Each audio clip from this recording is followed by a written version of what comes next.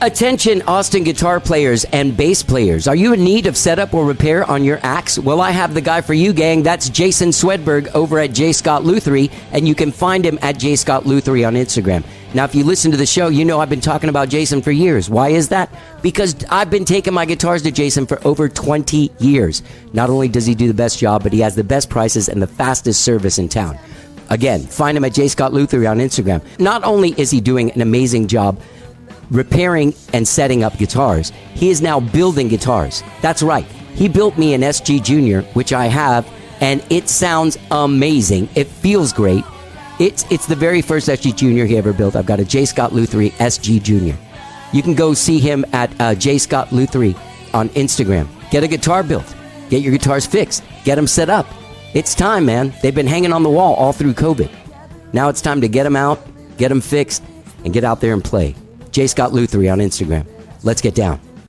Hey, gang, are you new to this podcast? Have you subscribed on Spotify, Stitcher, or Apple Podcasts and realized that you can only access the 20 most recent shows on these platforms? Do you, my friend, want to binge on How Did I Get Here? Well, check out our archives that are available on the Podbean app. If you follow us on the Podbean app, we have every single show ever released on that platform. You'll also get all of your favorite shows like Fresh Air, WTF with Mark Maron, ID10T, the Michelle Obama podcast. All podcasts available there, and you can also access over 1,000 How Did I Get Here episodes. So, download the Podbean app from your app store and start listening today. Let's get down. And you may ask yourself, well, how did I get here?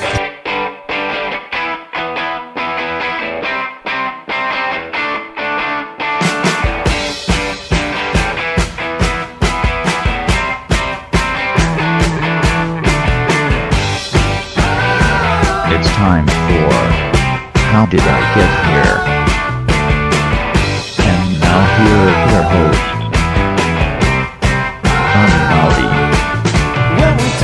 All right, hello, I'm Johnny. I'm your host. Welcome to the show. I hope you guys all had a great holiday weekend. Maybe you were out of town. Maybe you had to do some traveling. Sure, that was a little bit of a drag. I came back from Houston on Sunday morning, and there was quite a bit of traffic coming back, even as early as I left, which was like 8.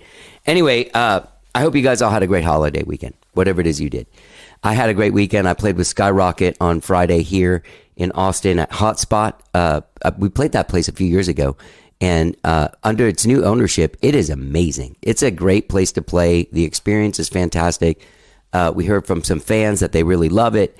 And so I know there's a lot of people that are playing up there now. They're really booking it and really kind of focusing on putting all kinds of music up there. So you should check it out, Hotspot. Even if you're a band, man, check out playing there. Great venue. And Saturday, I packed up Rosie and took her to Houston because Skyrocket had a gig there. We were playing a wedding, but I went early and hung out with my aunt and grandma, and it was great hanging out with them. I'm so glad.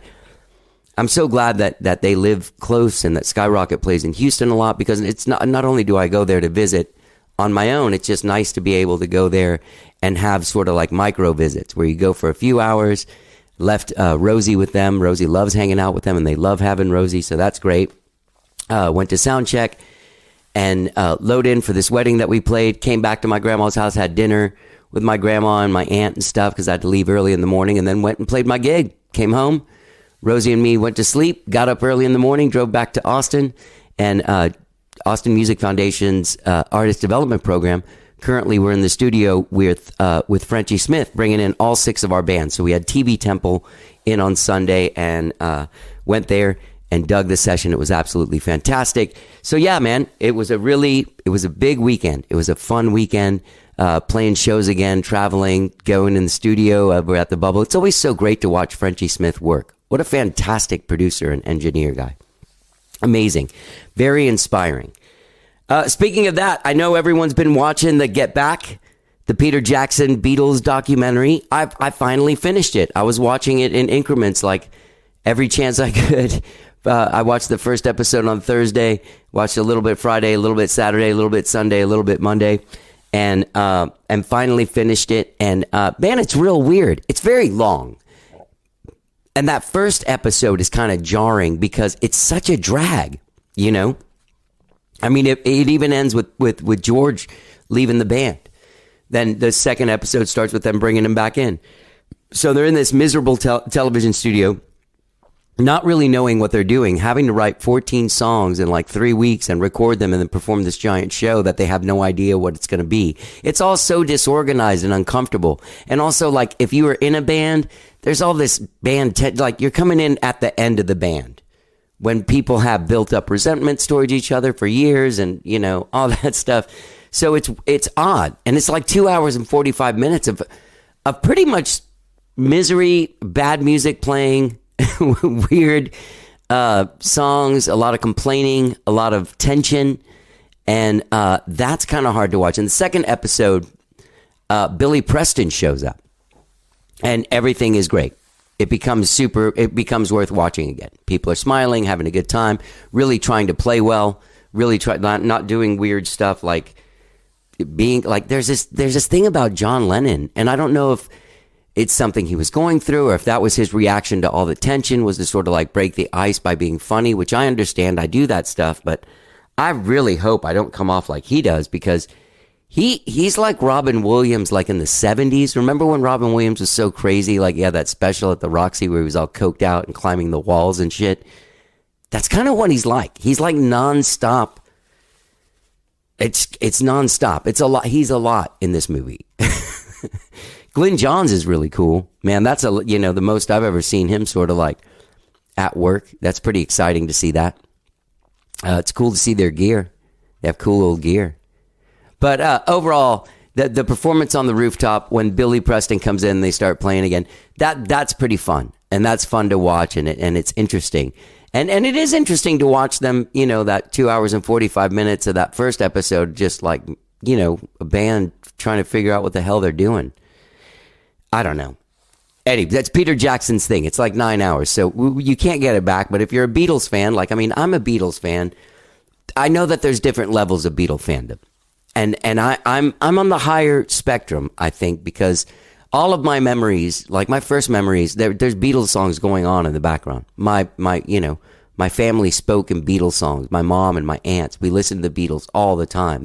We still listen to the Beatles. Like, you know, you can go to my grandma's house and you're sitting there doing it, and when I find myself in times of trouble is on the, you know, Alexa.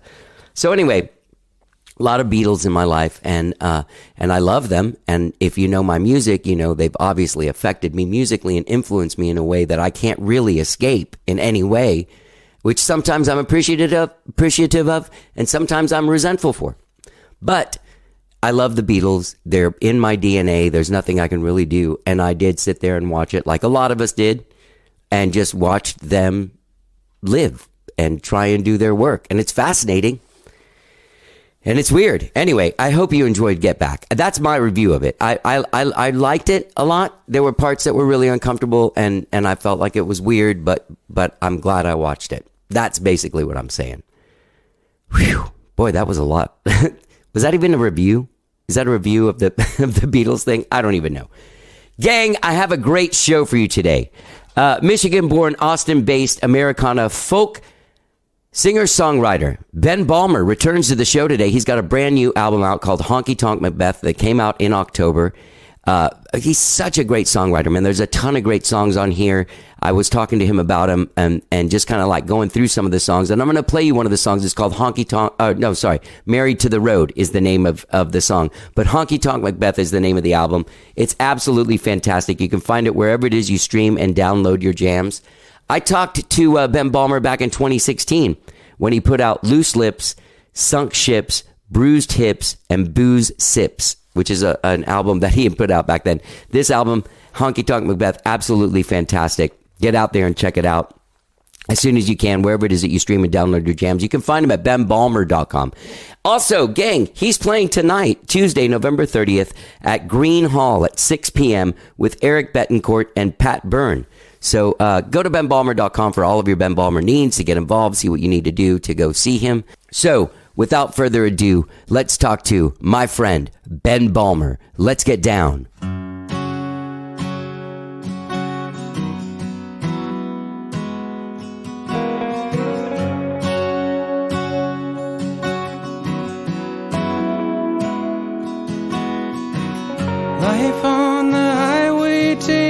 toll on me that I cannot explain.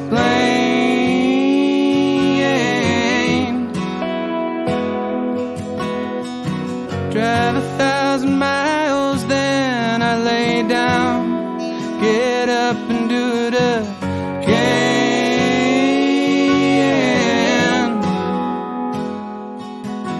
There's a picture. I mean, you're playing a lot of shows, so you're vaccinated? Yep. Okay. Yep, vaccinated. Going to get my booster shot hopefully this week. Nice. So, Did you ever catch it? No, I've been lucky. Yeah. Or at least, I guess it's certainly possible that I caught it and didn't know. But I don't know. I was pretty careful the first year, and then once unemployment stopped and things like that happened, then I really didn't have a choice because it was tough, man. It kind of There was some judgment out there too. Well, and it puts people in a really difficult position because I felt like, I felt like I was kind of being put in a position of where I had to like either put my health in front of other people's health. It's kind of an interesting spot to be in with a musician because it's like I can play a gig and make $500 in a couple of hours, socially distanced on a weekend, or like really for what I'm qualified to do otherwise. Right. I can work like all day in some kind of a service industry job where I'm putting myself around a whole lot more people for way more hours and, way less money. Yeah. And so it's tough because it's like, well, there's that idea where, are we should we be bringing people together, and, I just wish that people were safe and vaccinated and took care of it. It's been, that part of it has been like, not only has everything been weird, like that part of it too, like once we started getting back into it, it also became like this kind of like weird, if you weren't playing shows, then you were, buying into the media, getting scared by this fake disease. Right. You know what I mean? Yeah, And totally. all this stuff. Yeah. And I mean, I got a lot of that. Like, really? Well, I'm in this band Skyrocket. That's a cover band, and our audience is Texas people that are older, wealthy, and white. Yeah. They tend to lean on the fake virus, fake news jam. Well, they got hit real hard. Yeah, they did. Like, They did. I got it, and I was vaccinated. yeah. So it didn't hit me that hard. Yeah. All right. So are the shows going well, or people are coming out? Shows are going awesome. Yeah.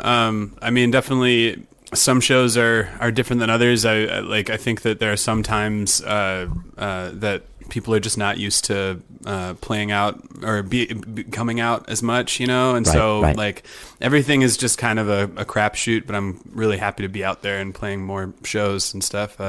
Definitely, yeah. Did you live stream?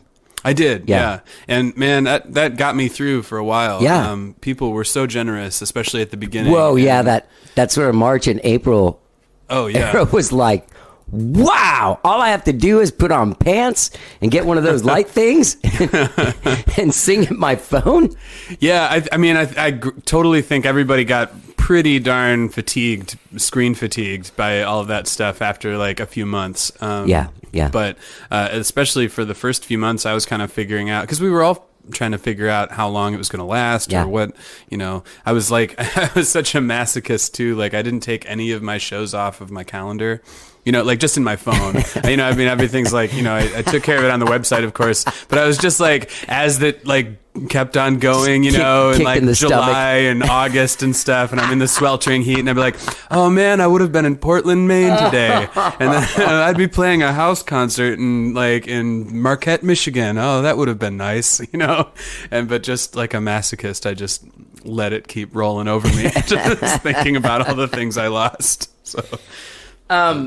So this leads me to, did you make Honky Tonk Macbeth during quarantine or write it or something? And so I wrote it a little bit before the quarantine. I guess it was Christmas of 2019 around. Yeah.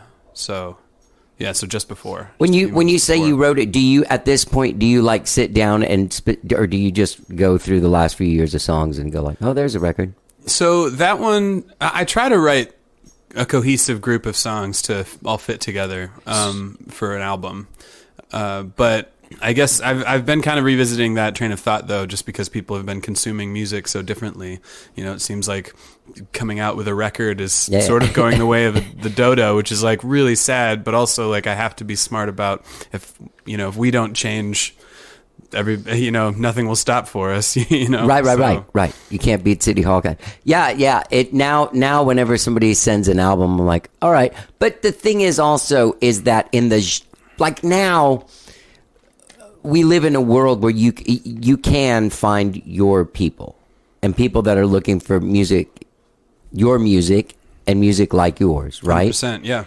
And those people that listen to the kind of music you make, not sounding like condescending or disparaging, sure. It's amazing singer-songwriters. That audience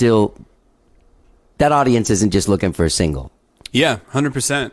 They're even looking for CDs, man. Yeah. Oh, yeah. I know. I still, it's funny. Like I had, I bought 1,000 of the new record, and I was like, oh, should I get 1,000? Should I get that many? Should I do smaller runs? But then it's like basically the same price for 500, because the price break is so great. Right. In some of those spots. So I was like, all right, well, we'll do 1,000.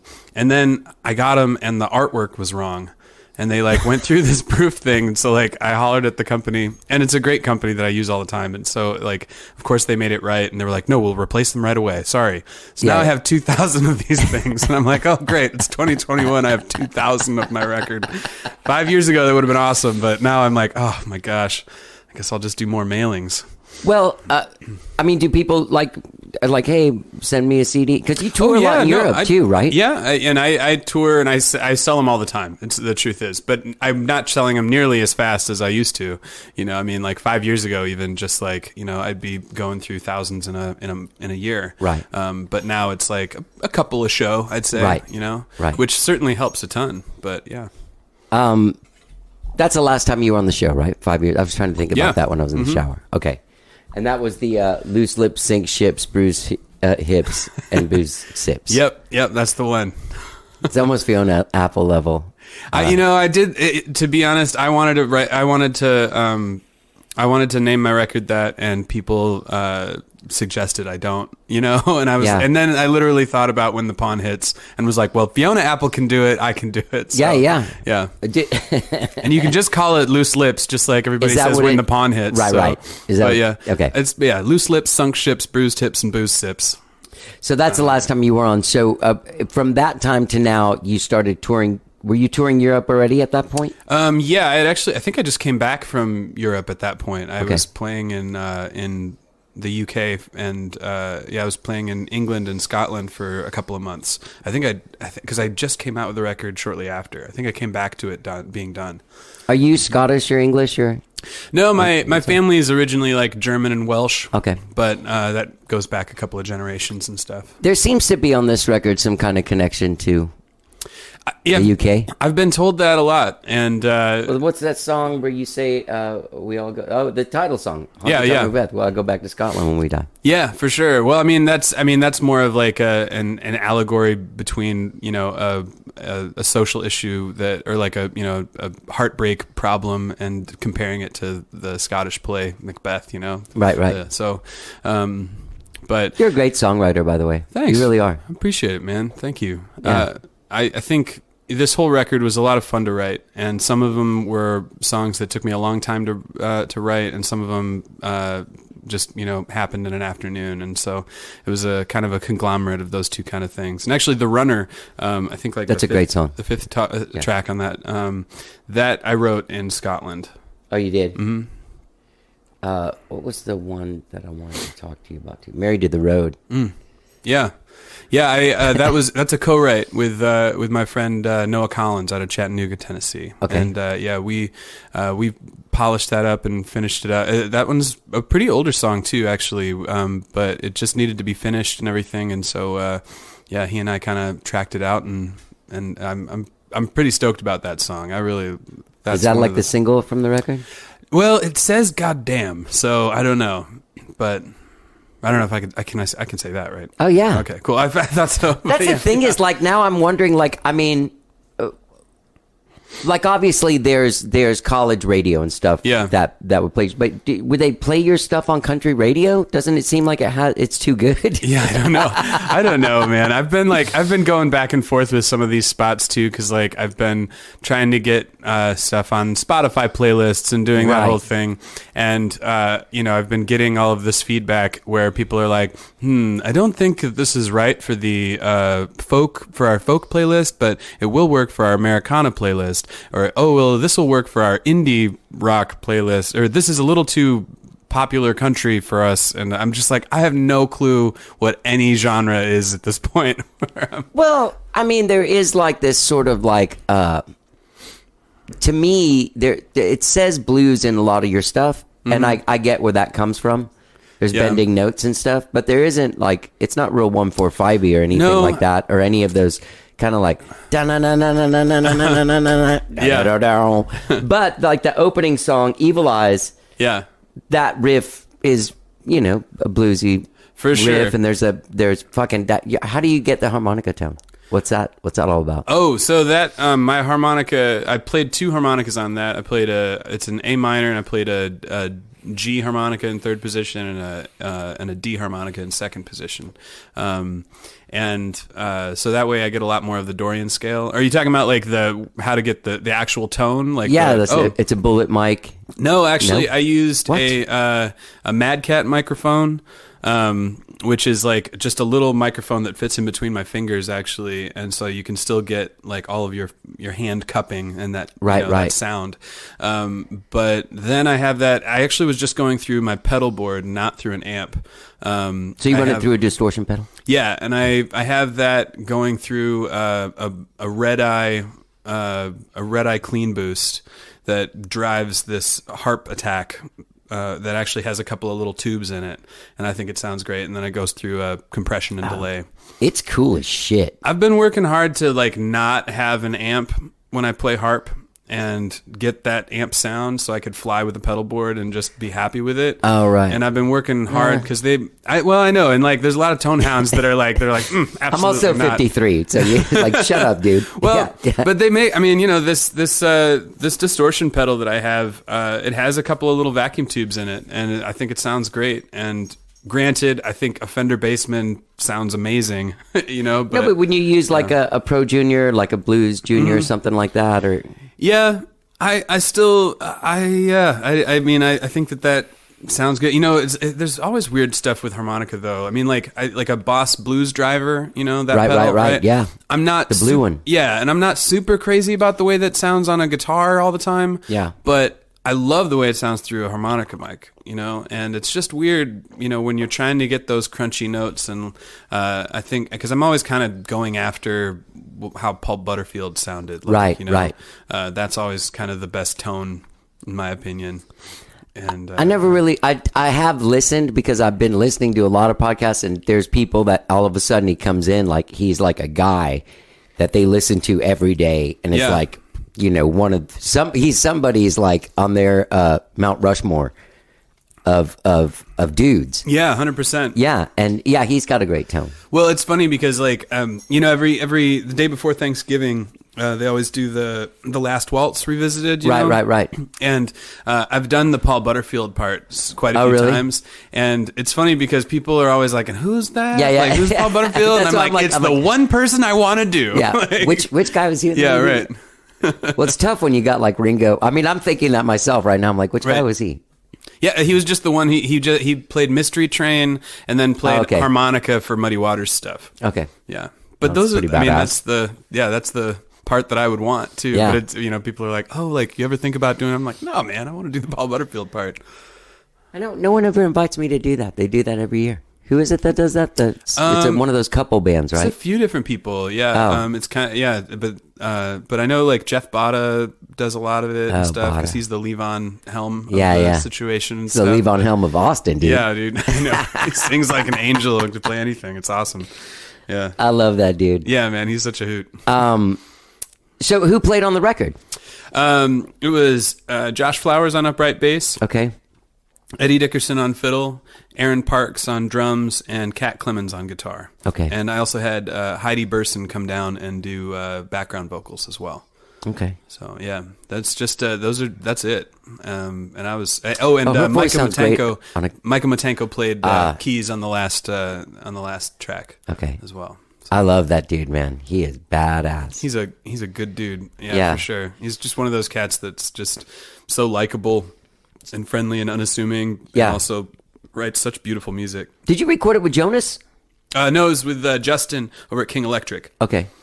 I know that name, but I don't know King Electric, but I don't know that That's studio. a cool studio, man. He makes some great sounds. And so when did you do it? During COVID? Mm-hmm. Yeah, I think we started in October during the pandemic. So yeah, October 2020, and we were able to crank it out pretty quick. We finished it up, all the tracking at least, right before the winter storm actually, because I flew down Heidi from Nashville to sing on the record, and then I dropped her off at it started to snow crazy. Her flight got canceled, and I was like, I don't know if I can even get you to the airport Right. if it gets any worse than this. So I was like, I'll just get you a hotel at the airport hotel, and I'll drop you off there while it's still okay. And so I dropped her off at the airport hotel, and then she got stuck there for a week. Oh, and we my couldn't get to her. God. She was just stuck eating they were passing out Pop-Tarts to people. Oh, and the thing was terrible. dude. Yeah, but she still had power. So How did you do through it? it was bad. I ended up we lost all power. We didn't have power the whole time. No heat. Luckily, we had a gas stove. So right before we would go to sleep, we just turn on all the burners for 15, 20 minutes, and then it'd kind of warm up. But eventually, our dog was just in his little sweater, shivering, and I was like, no, we got to figure this out. And so we ran to Round Rock and stayed with a couple of friends who still had power and everything, and we just kind of waited it out. When we came back, the water heater had broken too, and water was going out everywhere in the back. So it's pretty wild. It all went out here on Sunday night. Yeah. It sucked. Yeah. And they kept saying rolling blackouts, but sure didn't roll past my place at all. Yeah. Oh, I remember on Monday or something, I was texting with a friend. Oh, yeah, it's a rolling blackout. It's going to be. She's like, did you see the news? It's going to be out for 5 days. I was like, what? Yeah, they kept on saying they're going to turn some power on every 6 hours or something like that. You'd have you'd have 6 hours on and 6 hours off or something. I was like, not on the east side. So then you finished the record and Justin mixed it as well? Mm-hmm. Yeah, he mixed it, and he actually had a buddy of his in Portugal master it. Oh, wow. Portuguese mastering. Mm-hmm. And I thought they did a great job. This is definitely the best sounding record I've ever made, I think, for sure. Sounds fucking great. Thanks, man. Yeah. Yeah, I think all the musicians, it's crazy. Even hearing Kat and Eddie on all of their solos and stuff. Most of those are single passes. We did most of the record live. Oh, great. And we always had him do a couple more solos just in case, but we always picked the first one, and it was and some of those songs he had never heard before too. There was stuff that I had kind of had in the back burner and fleshed out, and I was just like, here you go, and we hadn't been playing gigs the whole year because of the pandemic and stuff, so it was just sort of, You're doing some band shows, right? Mm-hmm. Yeah. I'm doing more solo and song swaps and stuff like that right now. Just because it's harder with I'm trying to get paid more. It's harder to pay the band sometimes, and I'm trying to kind of catch up. Are you doing these shows I saw you were playing bangers? Do you play the wineries and shit like that? Mm-hmm. Yeah, I play some of those. I've been trying to get more into Dripping Springs. I just did the Dripping Springs Songwriter Festival. Yeah. And that was just a blast. And I forget about how much fun it is out there, and there's some good spots. So I'm gonna do some more stuff out there. I've been playing full band shows. We just did the last Craft Pride show. Right. And that was a lot of fun. That was with the full band and everything. And also Cat Clemens, he just got picked up by White Denim too, so he's getting a lot busier. So he's playing with them, huh? Yeah. So, but we're all super stoked for him. That's just such a cool band, and it's it's a really cool band. Yeah, and Cat's just such a monster. It makes perfect sense. Yeah, and because they're kind of mathy, those guys. Yeah, for sure. Yeah, I mean that's the thing. It's I think that Cat's always had a great time playing with us.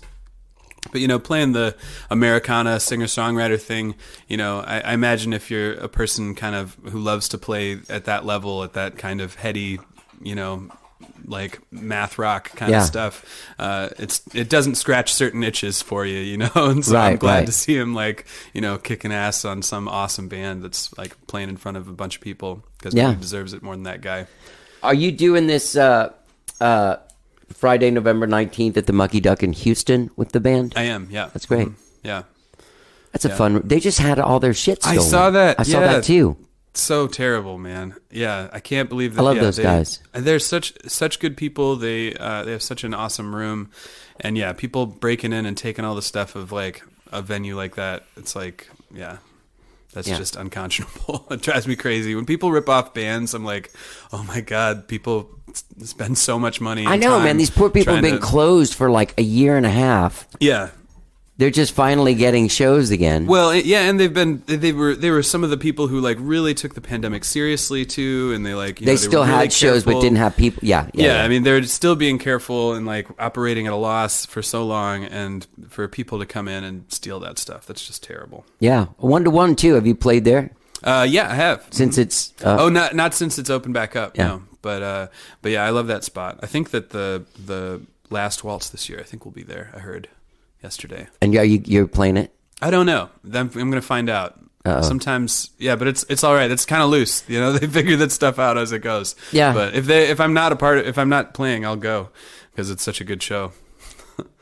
Is there 2 drum sets set up? Does a guy come in and be Ringo? No, I think it's just. I think it's the one. I think that Bada does all that.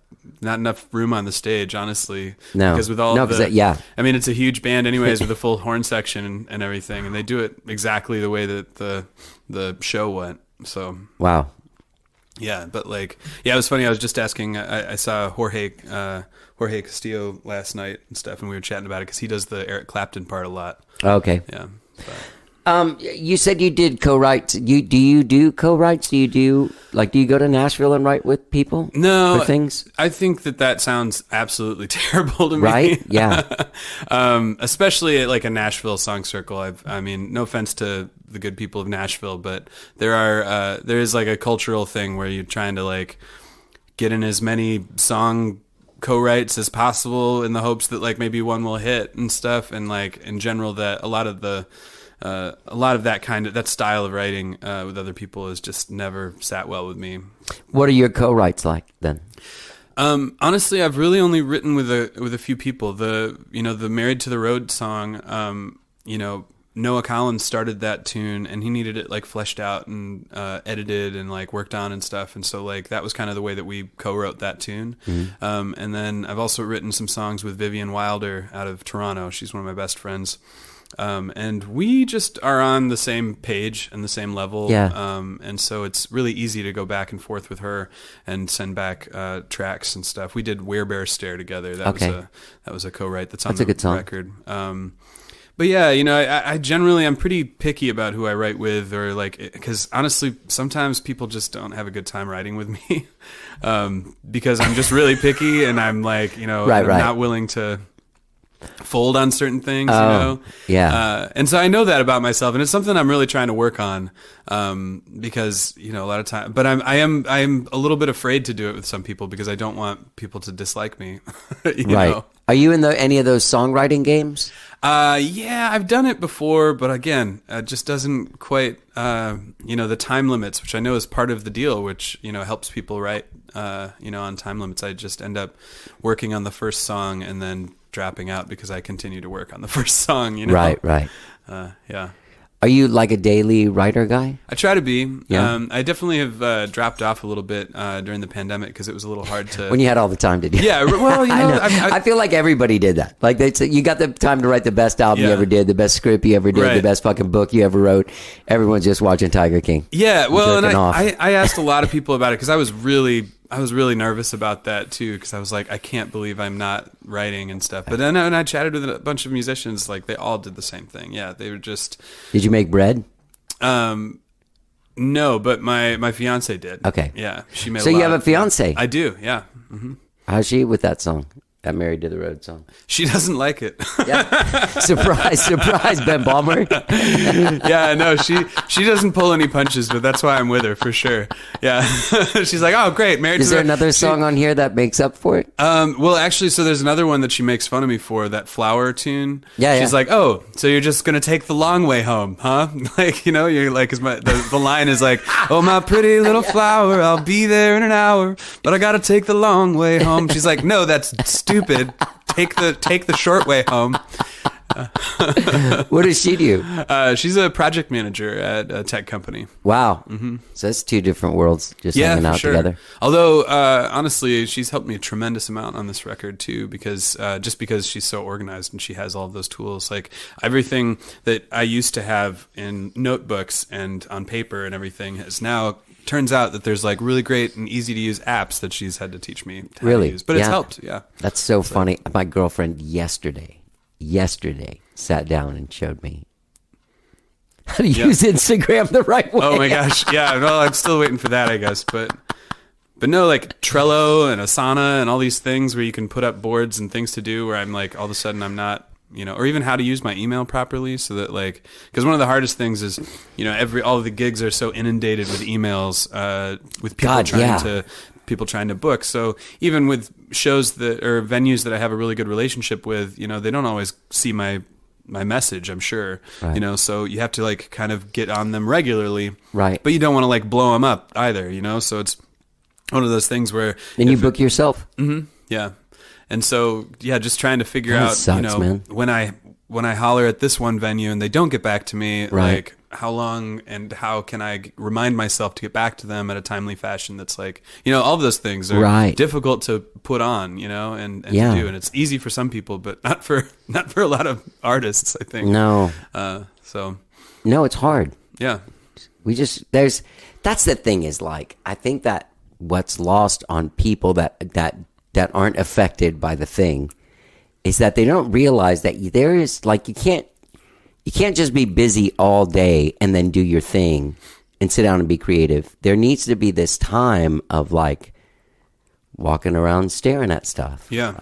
Having 100%. coffee at a place and reading a thing. You know what I mean? Well, yeah. I mean, getting in the zone. Yeah, that's why the pandemic was, not very prolific for so many people because it's like, how many Tiger King songs are we going to write about, or like how many, are we just going to write a song about these four walls and and how depressed we are about all of our shows leaving. We have to like go and have interesting conversations with people and see other music that inspires us and things like that. And it's just that wasn't there for us. So I think we're all kind of getting back into the mix. Yeah. Yeah.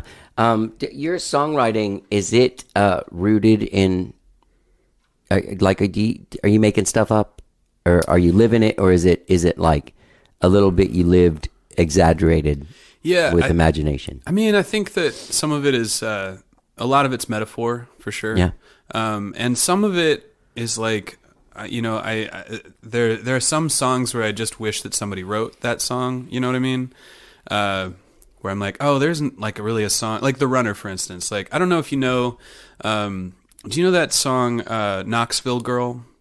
It's like an old classic country song, like bluegrass tune. There's like a million different variations of that kind of song, where basically a man, falls in love with a woman. He takes her over to this riverside and asks her to marry him, and she says no, and then he kills her, and then then he's like waiting in jail to be hanged, and there's like all of these songs that like kind of have this sad, sort of thematic elements and stuff. And I'm like, man, there needs to be more songs with women killing those guys.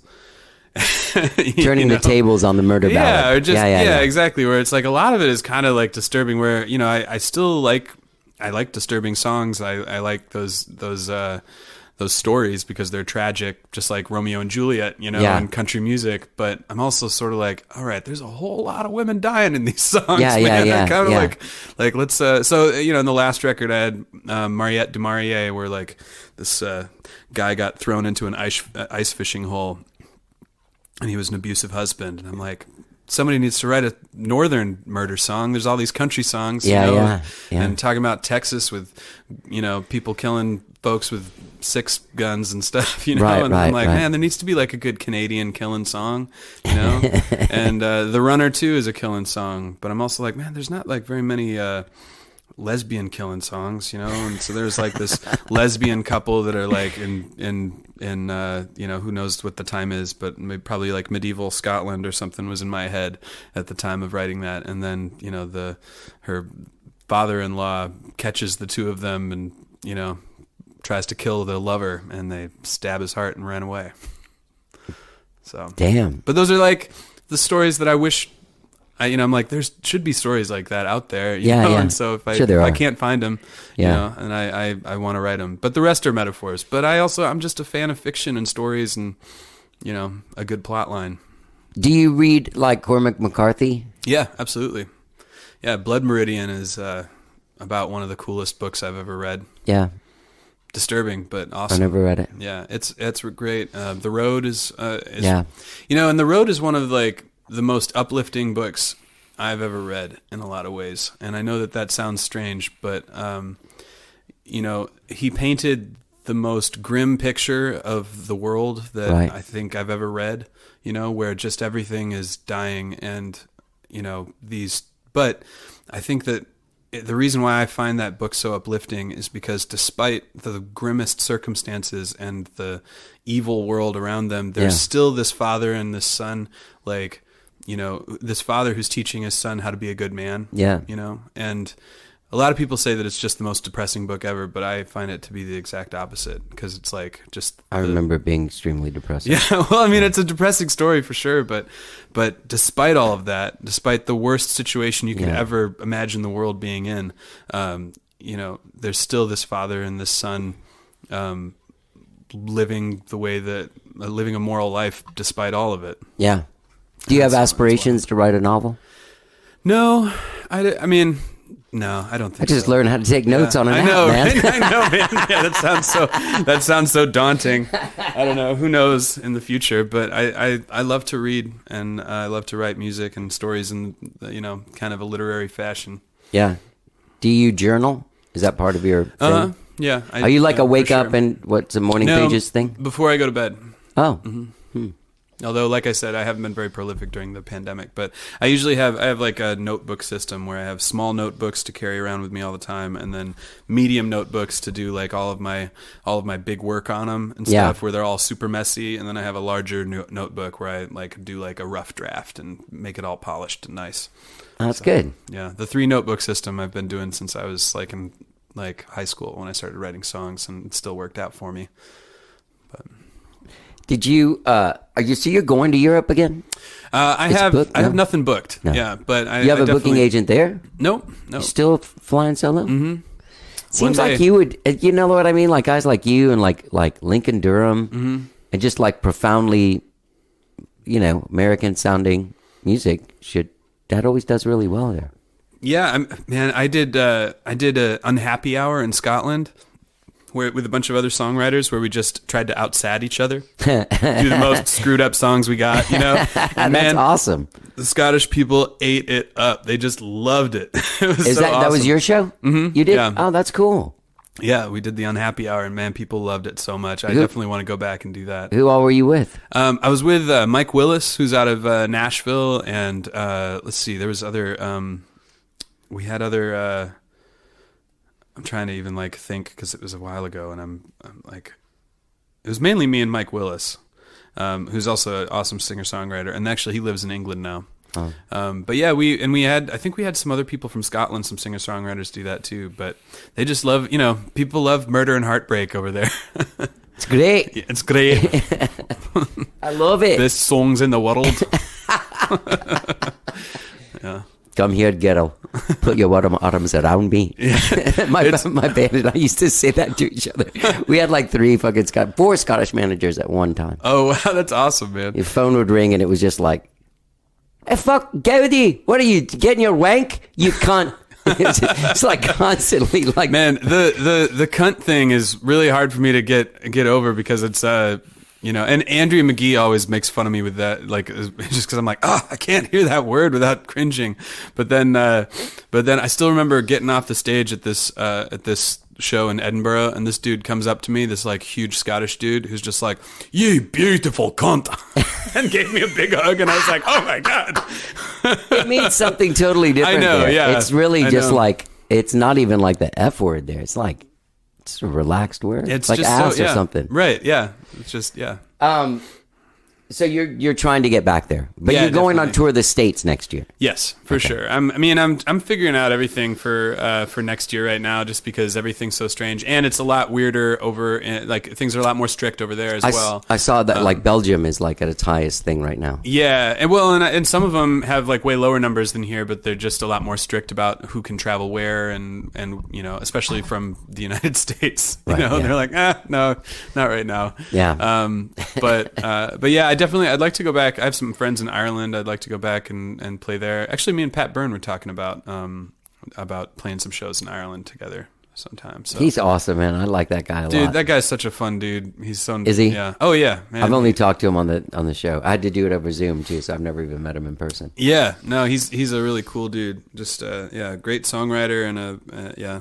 Is that like your group? Because that's a group of people.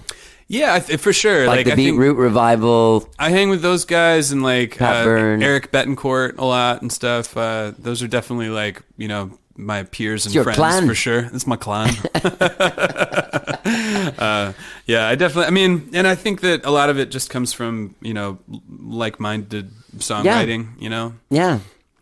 Do you guys ever do you guys play with each other live and stuff? And Yeah, we ever- do like song swaps. Actually, me and Pat Byrne and Eric Betancourt we're doing Green Hall on Tuesday, I think the 30th or something of this month. So we're gonna be doing a song swap then. And then Eric Betancourt and I have been doing a lot of song swaps over at Don's Depot on Thursday nights and stuff. So I think we have next Thursday we're doing that again. I like a song swap. Like, I would always get invited to, you know what, the end of the song swap thing would be like 5 people. And like 3 of them, I just couldn't stand their music. And just sitting there, having to not look annoyed, that's a lot of work. That's why you have to You can only book do it your with your own. bros. You have to Yeah. you book your own for sure. I mean, because I've played song swaps where people will like, you know, just wank all over the songs, you know, because they always just want a solo and they're not a strong soloist, like, or you know, or they just do too much, and it's like, yo, man, just like listen for a second, man, like, you know. Yeah, those guys are terrible. And you know, I always forget about those guys that go from the get-go. Like, Oh, they yeah. don't even know what the chorus chord. yeah, Some guys will sit back and let you go through it, Yeah. and then kind of like do a little something in the second verse. Right, 'cause they know feel what's- it out, yeah, you know, yeah. less is more, you know, they're just, too, you know, like, it's like, yeah, if I was playing with, yeah, God, I remember I played this song swap in Nashville, and this dude was just this shredder guitar player, you know, and was just going nuts. I mean, it was comical how many notes he was playing. And I had like this kind of rubato start to this song, you know, and I literally was like, dude, just chill out, man. Like, you know, and I had to, because it was it was just too much. And normally I would just hammer through it and be like, well, that was terrible. But, but this is like, dude, you need to stop, man. Yeah. Like, this isn't, you know, and he was so angry with me. I also hate it when someone gets possessed by the spirit during one of your songs. They don't know what you're doing. They're like, like, and you're like, what are you fucking doing? Shut up, man. Yeah, like my songs have so many lyrics. It's like, don't try for the chorus, man. Just go for some oohs and ahs if you want. But Hey, there's a song I wanted to make sure that I touched on is Moon Song. That song's like a what do you call it? Like a standard kind of song. yeah, I guess I Be can a see standard, that. like like in years from now, something someone sings to someone. That's well, that's a really nice thing to say. for Gorgeous sure. melody, man. Yeah, that was a brand new Beautiful. song. That was one that I brought to the table that the guys hadn't heard yet. But yeah, thanks. I'm proud of that tune. That was one that I was like really hammering over to see if I needed a bridge on that tune, but I don't think it needed it. It was good where it was, I think. Yeah, you know, standards, they defy whatever, like Somewhere Over the Rainbow. Like, what the fuck is that? There's not even a chorus. Yeah. You know what I mean? Yeah. to the greatest song ever written. Yeah, I know. That's like the prettiest song ever. Some Yeah. publisher is telling you, like, man, the chorus isn't hooky enough. Like, go fucking listen. That's not even have one, dude. Right, that one, or like When You Wish Upon a Star or something. Exactly. Yeah, for sure. Yeah. So you're doing shows. You're out there. Yep. You're doing some band shows. Do you have any band shows booked for Austin in like late November, December? Yeah, I'm playing Bangers on next Friday. I don't know. Not if this will be coming out by Friday. then. Oh yeah. Bangers. Yeah, I don't know. I just played there for some private thing. I met Yeah. Steve Garvey, the bass player. Oh, cool. I mean, the baseball player. The bass I player. was like, The bass player from Judas Priest. I'm actually playing. That's actually a private party for me too, except that they're only sectioning off part of it, and so they were like, "Yeah, put out a tip jar and entertain the rest of the Friday crowd." So yeah, it's great. That's awesome. Yeah, no, it was awesome. Yeah, normally for a private event, Yeah. And I've done private events over there before, but yeah, these guys, I guess they're just like sectioning off a third of it, and we're the band that they wanted to play. How do you get those private events? Through somebody you know at a thing that's like, oh, he's good. Yeah, I mean, a lot of times, well, and there are certain places that have kind of a menu of different acts, Right. and they'll give them to So clients you're who on want to do that. some people's lists. Yeah, and then they'll peruse and figure out, and sometimes, man, a lot of times, just being able to give them all of the information in one email, because chances are the one person doesn't care that much about the music. They just want somebody to do a good job and like wash their hands of everything. So Yeah. like if you can be really concise in an email, I found that a lot of people are just like, oh, perfect. Okay, we'll take this option. Yeah. And we'll see you there. And easy to work with too is the thing too. That's Yeah. it. I've noticed in the private stuff that I'm in that band Skyrocket, and that's most of our thing is private stuff. 100%. Yeah, the more you take off their plate, the better. I mean, Yeah. it's the same thing with weddings and, any private event. You always have somebody. You're just a piece of this much greater, Right. event There's- that has all there's- these other things. Yeah, there's the florists, there's the fucking caterers, there's Yeah.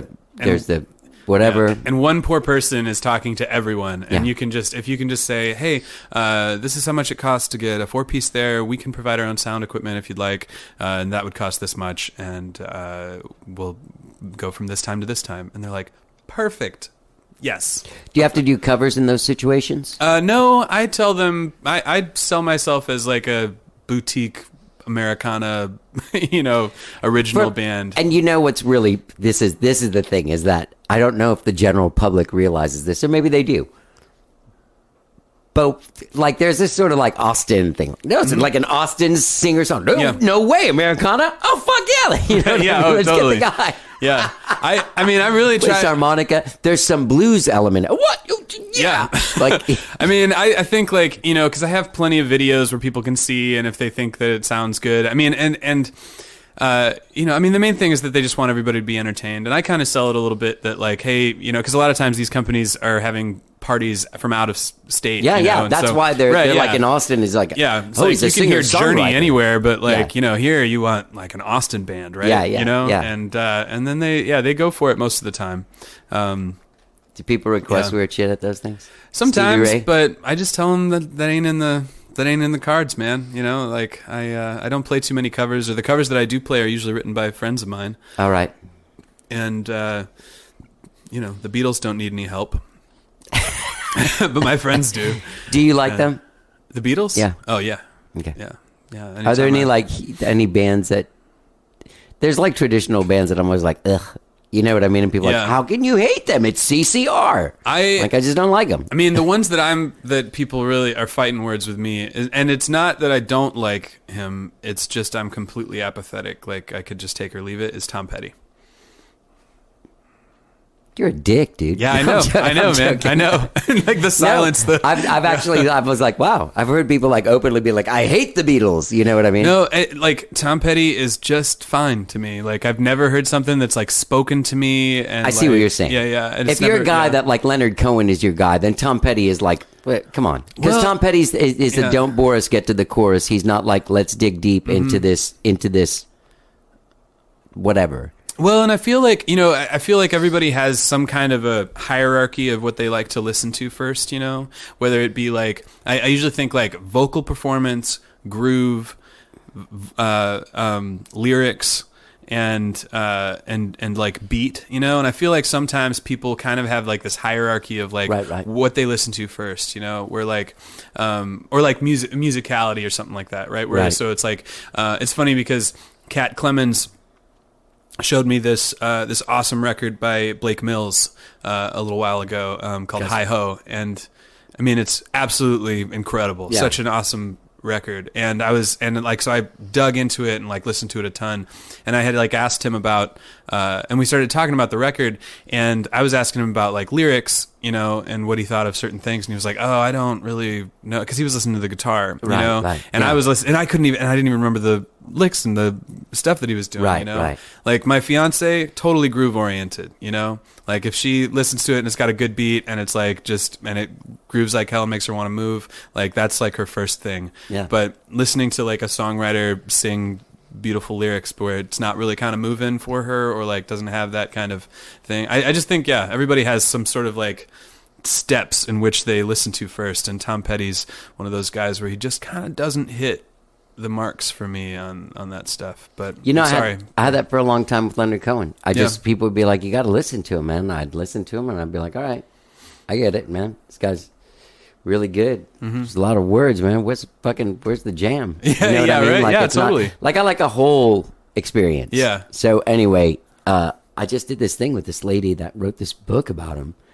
I read the book and really listened to him in a different way, and now I'm in awe. Did you ever read Songwriters on Songwriting? No. It has some really good interviews, and I recommend it to most folks who perform and write, because I feel like we all have imposter syndrome about how we write music. You know? Yeah, like of course. we see other people be prolific in this way, and you're like, oh, and here I am just writing notes on my knee sometimes, and like whatever. But that showed it talked to so many different people about, you know, how they write music, and it was such a huge span. You realize that there is no right or wrong answer. Right. And I feel like Leonard Cohen was the far, you know, prolific, wildly, you know, like work heavy guy, where he had like crates of different of notebooks that were filled with a verse, and he had them you know, worked on like that. Yeah. Which, you know, if you compare yourself to that, you're always going to be found wanting. But then you see Neil Young, and he's like, I like to write in my car, and I just have a little notebook, and I write down little ideas and stuff. And I'm like, oh, that's kind of, you know, I'm somewhere in between there, you know? Yeah. Yeah. So Tom Petty that's a weird one. I don't ever really hear that very often. Yeah, man, I played a song swap with Jamie Harris and Bonnie Whitmore. Yeah. Right after he passed away. And like it was like he died that day or something. Oh, yeah. And like they were, you know, he means so much to those two. Yeah. And they were playing like all Tom Petty songs and crying. Yeah. And it was like, and I felt so awkward because I you know, people, they're telling stories to the crowd about like how the first time they heard Wildflowers or something, it was like this amazing moment in their life. And then I'm like, and then it would come to me and I'd be like, man, this is a song I wrote about this and that, you know, because I didn't know any songs, and and that's the thing about Tom Petty that's always the one that sticks out to me, is just because so many wonderful musicians that I really respect and admire, right? You know, just love it, and I love him so much, and means, There's something about that. There's just the combination. Like to me, it's also, you know, the band too. The songs are great, but the execution of it, there's a certain electricity. And to me, like I connect mostly with everything up until 82. Yeah, you know what I mean. Mm-hmm. And then I connect with that other stuff later, but not like I do with like The Waiting and like, you know, Refugee and Here Comes My Girl and fucking American Girl and all that stuff. Like that stuff gets me, and I think it's the combination of everything going on there. It's like you know what I mean? How they say like the stars have to align to have this thing, like the Beatles, like that combination of dudes, the Stones. You know, these great classic bands like.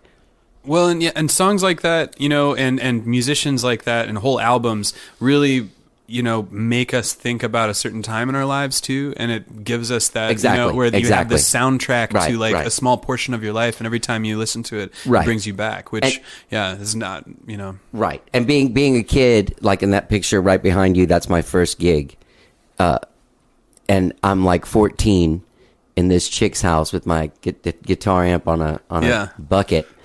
But like the other thing too is that was 1983. So yeah, so like there was stuff going on that you couldn't play when you were 14. Yeah. You know what I mean? But Tom Petty, like you're talking about G and D and maybe an A minor over here. Yeah. But not a lot of stuff that's going to it's not going to break the bank. Right, yeah, you know? totally. Yeah. Anyway. No, All right, that's enough about him. Your new record is fantastic. It's out. People can get it. You did a release show here at 1 to 1 Bar. Over at right? Saxon Pub. Oh, Saxon Pub. Mm-hmm. How do you like? I like Saxon Pub. Man. I love Saxon. It's one of the best sounding rooms. Yeah.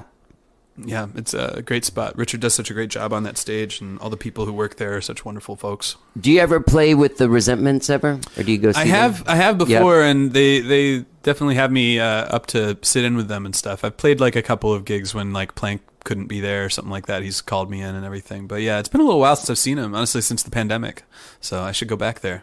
They're out there, man. They're doing it. I know. I think a lot of them are going to be there this weekend because it's like the Stephen Bruton. Oh yeah, one. Is Malford still out of town? I think he's like Malford Milligan. Yeah. I mean, I thought he moved away to Europe. Yeah. Yeah. I thought he like moved for an extended period of time, but was coming back. But has he moved? Oh. I don't know. Oh man, because that's always he's the Bruton guy. Yeah. Yeah. Yeah. He's great. Yeah. When did you come here? You came from Ann Arbor, right? Yeah, Ann Arbor and Ypsilanti. Yeah. That's such a great area, man. It's so beautiful. Yeah, it's a really cool spot. I know we must have talked about what's the sandwich place there that I was asking you. Maybe Blimpie Burgers. Nope. Or no? Okay. The sandwich, like a kind of a hoagie kind of sandwich place. Zingerman's, maybe. Zingerman's. Yeah, that's Zingerman's. The place. Yeah. I used to work for the mail order company actually for Zingerman's mail order. Oh, look at that. Yeah, worked in the warehouse. You know Ian Moore? Uh huh. I was on tour with him, and that Zingerman's was like this thing we had on our day off there. That's so funny. Ann Arbor. It was like we almost killed each other trying to get to Zingerman's. It took a long time, and it was weird. Anyway, when did you come to Austin? That was August of 2008. Okay. Mm-hmm. Where did you play first when you came here? Momo's? Probably Momo's. Yeah. Yeah. I miss that place. Man, me too. I miss Momo's. I miss Lovejoy's. Oh, I miss Lovejoy's too. Lovejoy's was the best. That was a good place, but people didn't play there. They just hung out there. No, sometimes they had like a metal band or something every once in a while. But my favorite part of that was that it was just off of 6th Street, and like, you know, you could go into that bar and, you know, all night you'd see people like opening up the doors with like these like college students getting all drunk and stuff, and they'd open the doors into it and they'd just peek inside and be like, no man, let's go somewhere else. Yeah. And Yeah. And it was just good pool players, and I used to play on the pool team over there, the billiards team. Oh really? Mm-hmm. I just saw a really great pool movie. Which one? Oh shit. Hard Luck Love Song. Oh, I haven't seen it. I interviewed the director, and it's based on a song by Todd Snyder. You like that guy? Great songwriter. Yeah, for sure. Anyway, yeah, it's amazing. It came out in theaters and everything. Oh, cool. Yeah. Well, I definitely have to see that. I'm a big pool fan. Yeah, it has he watched the movies like that. It's in the way that you use it, you know, like because the actual it's exciting. Yeah. In the way that Scorsese captured the movement of the pool game as you know what I'm saying? Like it's a weird thing to talk about, but he captured that sort of excitement. Oh yeah, well the sound was so, you know, like Yeah. I still remember that scene with like Paul Newman and Tom Cruise where like he's like just drinking his bourbon at the bar, and Paul Newman just keeps hearing this crack in the background, you know, of every time Tom Cruise makes the break. Yeah. Tom Cruise, baby. Yep. Well, hey, people can get out and find out when you're playing and all that shit at benbalmer.com. Your record, Honky Tonk Macbeth, is great. It's available now. Do you have a Bandcamp or something that you prefer people do it? Bandcamp is great. Spotify is great. Do you do a Patreon or something? I don't, no. Okay. But that's good. But you can. But I have all sorts of cool merch. I learned how to screen print and all that really? that was one of the things. Since I wasn't writing, I learned how to screen print. There you go. Making all my own merch and everything, and I got like bottle openers and T-shirts and all sorts of stuff. Oh yeah. I'm gonna check it out. See what kind of T-shirts you got. Thanks so much for doing the show again. Great job on the record. It's great talking to you. Yeah, you too, man.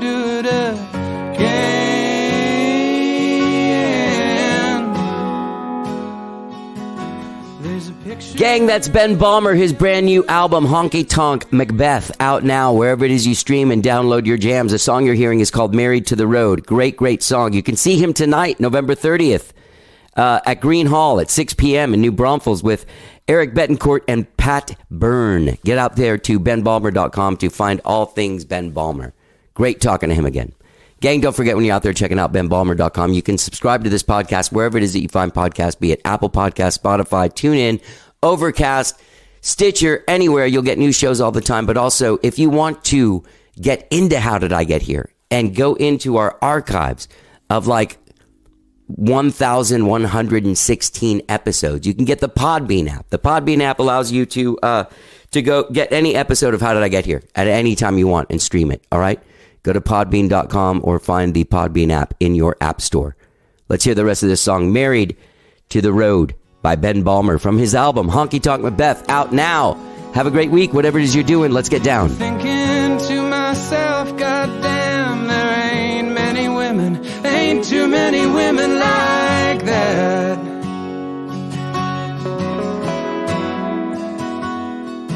When the lights in my rear view disappear and my headlights are the only thing I know, how I would wish that I had that one girl near. But I am married to, I am married to, I am married to. I'm married to the road. I'm married to the road.